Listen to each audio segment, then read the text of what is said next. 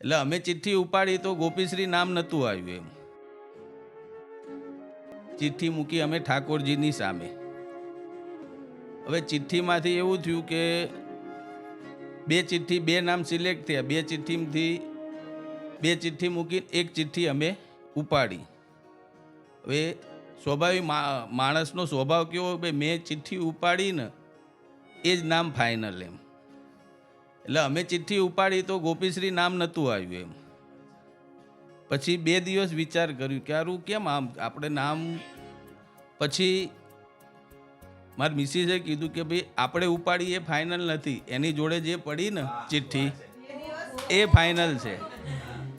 એટલે જ્યારે ઠાકોરજીની સેવામાં એની જોડે 2 દિવસ ચિઠ્ઠી પડી રહી ગોપીશ્રી નામની, પછી એ ગોપીશ્રી નામ અમને કીધું ભાઈ આ ઠાકોરજીએ નામ આપેલું છે ગોપીશ્રી, અને આજે અમે આ ગોપીશ્રી નામની બ્રાન્ડ બહાર પાડી, જે છેલ્લા 3 વર્ષથી અમે કામ કરીએ છીએ.